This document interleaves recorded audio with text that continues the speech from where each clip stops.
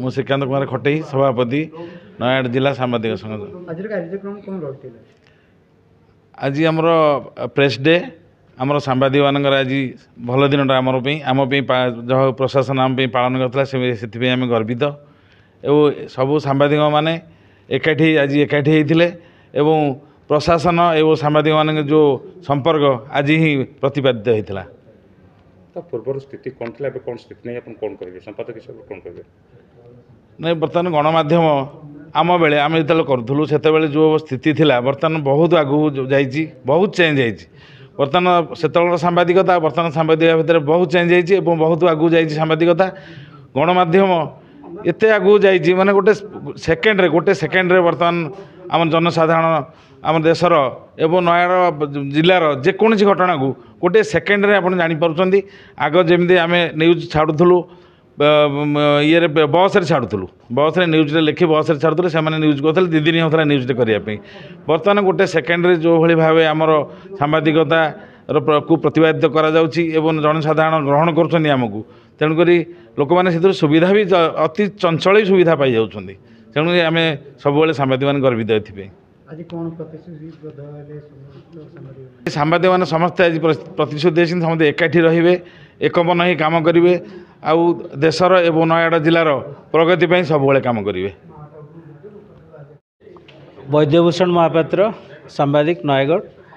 ଆଜିର ଜାତୀୟ ପ୍ରେସ୍ ଦିବସ ଅବସରରେ ଜିଲ୍ଲା ପ୍ରଶାସନ ତରଫରୁ ଏକ ଆଲୋଚନା ଚକ୍ର କରାଯାଇଥିଲା ଏବଂ ଆଜିର ଯେଉଁ ଥିମ୍ ରହିଥିଲା ଚେଞ୍ଜିଂ ଅଫ୍ ଦି ପ୍ରେସ୍, ପରିବର୍ତ୍ତନଶୀଳ ଗଣମାଧ୍ୟମ ଉପରେ ଆଲୋଚନା କରାଯାଇଥିଲା। ଆମର ଗଣମାଧ୍ୟମର ପ୍ରତିନିଧିମାନେ ଏହା ଉପରେ ନିଜର ମନ୍ତବ୍ୟ ଦେଇଥିଲେ ଏବଂ ଏହା ସହିତ ଜିଲ୍ଲାପାଳ ମଧ୍ୟ କିଭଳି ଭାବରେ ଜିଲ୍ଲାରେ ସାମ୍ବାଦିକ ଏବଂ ପ୍ରଶାସନ ମିଳିତ ଭାବେ କାର୍ଯ୍ୟ କରିବେ ଏବଂ ଜିଲ୍ଲାକୁ ଆଗେଇ ନେବେ ସେଥିପାଇଁ ମଧ୍ୟ ଆଲୋଚନା କରିଥିଲେ। ତ ଆଜିର ଯେଉଁ ଥିମ୍ ରହିଥିଲା ଗଣମାଧ୍ୟମ ପରିବର୍ତ୍ତନଶୀଳକୁ ନେଇକି, ଏଥିରେ ଗଣମାଧ୍ୟମର ପ୍ରତିନିଧିମାନେ ପୂର୍ବରୁ କିଭଳି ରହିଥିଲା ଖବର ପ୍ରକାଶନକୁ ନେଇକି କିଭଳି ସେମାନେ କାର୍ଯ୍ୟ କରୁଥିଲେ ଏବଂ ଆଜିର ସୋସିଆଲ ମିଡ଼ିଆ ଏବଂ ଏଆଇର ଯେଉଁ ପ୍ରଭାବ ଗଣମାଧ୍ୟମ ଉପରେ ତାକୁ ନେଇକି ଆଲୋଚନା କରାଯାଇଥିଲା।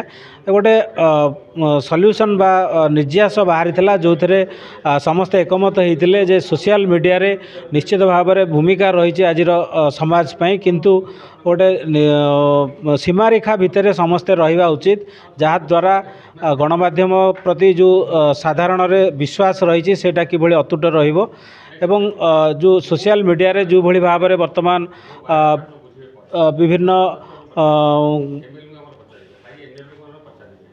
सोशल मीडिया रे जो भली भाव में वर्तमान गणमाध्यम को निंदित करा जाउची किछि सोशल मीडिया रे ताकू निवृत्त रहिबा समस्ते आज मत प्रकाश करथिले।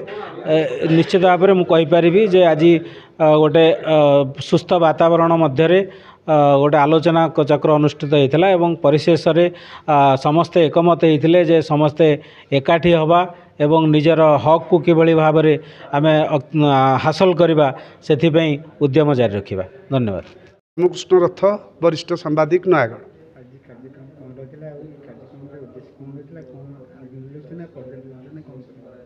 आज हूँ जातीय प्रेस दिवस से परिप्रेक्षी में नयागढ़ जिला प्रशासन पक्षर जिला स्तरीय प्रेस दिवस जिलापाल सद्भावना गृह रे अनुष्ठित होता।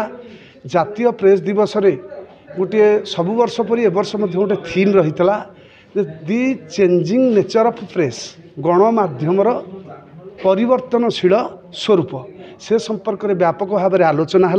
सबु वर्गर सांबादिक माने जोगदे सांबादिक मानकर किभली सुरक्षा हो पार से किभली पेंशन पाइपर से किमती भत्ता पाइपर से किमती सामाजिक आर्थिक सामग्रिक विकास हो पार से संपर्क में आलोचना होगा सह परिवर्तनशील सांबादिकता गोटे पारंपरिक सांबादिकता दिन थिला वर्तमान आधुनिकरण सांबादिकता चलला से संपर्क में व्यापक भाव में आलोचना है।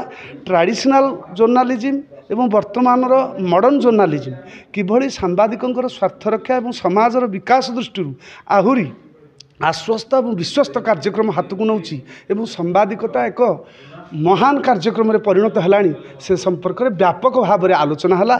जिलापाल महोदय जोगदे उपजिलापाल जोगदे जिलार जी डीआईपीआर थे से जोगदे एवं बहु संख्यार जिला स्तरीय और जिलार सांबादिक माने उपस्थित रही ए कार्यक्रम को बेस रुद्धिमंत कर देखा।